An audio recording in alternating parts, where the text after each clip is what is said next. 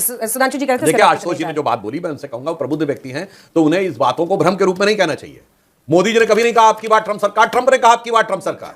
मैं चैलेंज करके कहता हूं, दुनिया को हेड ऑफ द स्टेट बताइए जिसके नारे को अमेरिका के राष्ट्रपति ने सोचा हो कि ये मेरे लिए यूजफुल हो सकता है। वो दौर थे जब कहा जाता था सीआईए हस्तक्षेप कर रहा है भारत के चुनावों में। नंबर 2, हथकड़ी की बात करने वालों से मैं पूछना चाहता हूं, ये तो इलीगल इमिग्रेंट। आइए आलोक जी, आलोक शर्मा जी भी आ गए भाई, दिखा दीजिए टैरिफ राउंड टेबल। बोलिए सुधांशु जी, पूरा कीजिए। जो लीगल इमिग्रेंट्स थे, क्यों कपड़े उतरवाए जाते थे कि नहीं आशुतोष जी? ये my name is Khan film क्यों बनी थी?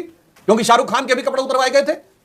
ये बताइए, डॉक्टर एपीजे अब्दुल कलाम की फिस्टिंग हुई थी और सरकार चुप बैठी रही थी। संसद में मुद्दा उठा, आखिर में भारत की संसद में प्रस्ताव पारित हुआ, अमेरिका ने खेद व्यक्त किया। तो जो लोग अपने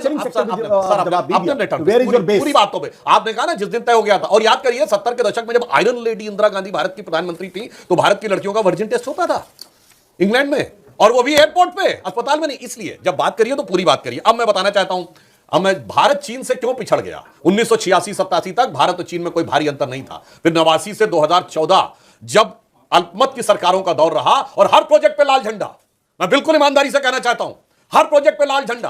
अगर आप देखिए तो आईफोन भारत में आया, उसी की फैक्ट्री में क्यों वर्कर्स अनरेस्ट हुआ और तोड़फोड़ हुई और करोड़ों का जो है माल वो लूट लिया गया, सिर्फ उसी फैक्ट्री में जो चाइना से शिफ्ट होकर आई थी। जरा ये भी सोचना पड़ेगा कि भारत क्यों पिछड़ गया। हमने मोबाइल मैन्युफैक्चरिंग के लिए पूरा उनको सब कुछ आउटसोर्स कर दिया। हमारी 2 फैक्ट्री थी 2014 तक। तो अगर चाइना ने अपनी 30 साल में कैपेबिलिटी डेवलप की थी, 40 साल में वो 1978 से वो डेवलप कर रहे थे, तो हमें भी उसमें समय लगता। दूसरी बात, आपने बिल्कुल एक अच्छी बात कही कि देखिए, व्यक्ति को अपनी क्षमता डेवलप करनी होगी। आज चाइना ने डेवलप की तो उन्हें झुकना पड़ा। हमने भी फार्मा को उसने भारत से फ्री रखा है, क्योंकि 40% ऑफ फार्मा जो है अमेरिका का भारत से जाता है। हाई स्किल में बच्चों को ट्रेन करिए, मगर ये क्या कहते हैं, लो स्किल में रखिए और उनको नौकरी के लिए लड़ाते रहिए।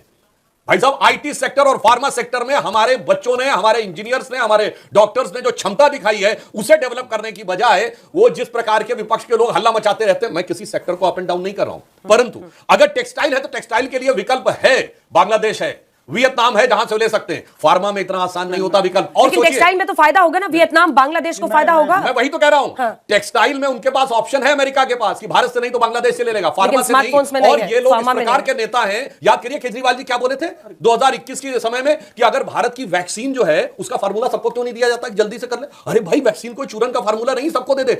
उस समय पैरासिटामोल अमेरिका भारत से मंगा रहा था। तो इस ढंग का भ्रामक प्रचार जो लोग करते हैं, उनको यह समझने की जरूरत है, देश को भली भांति समझने की।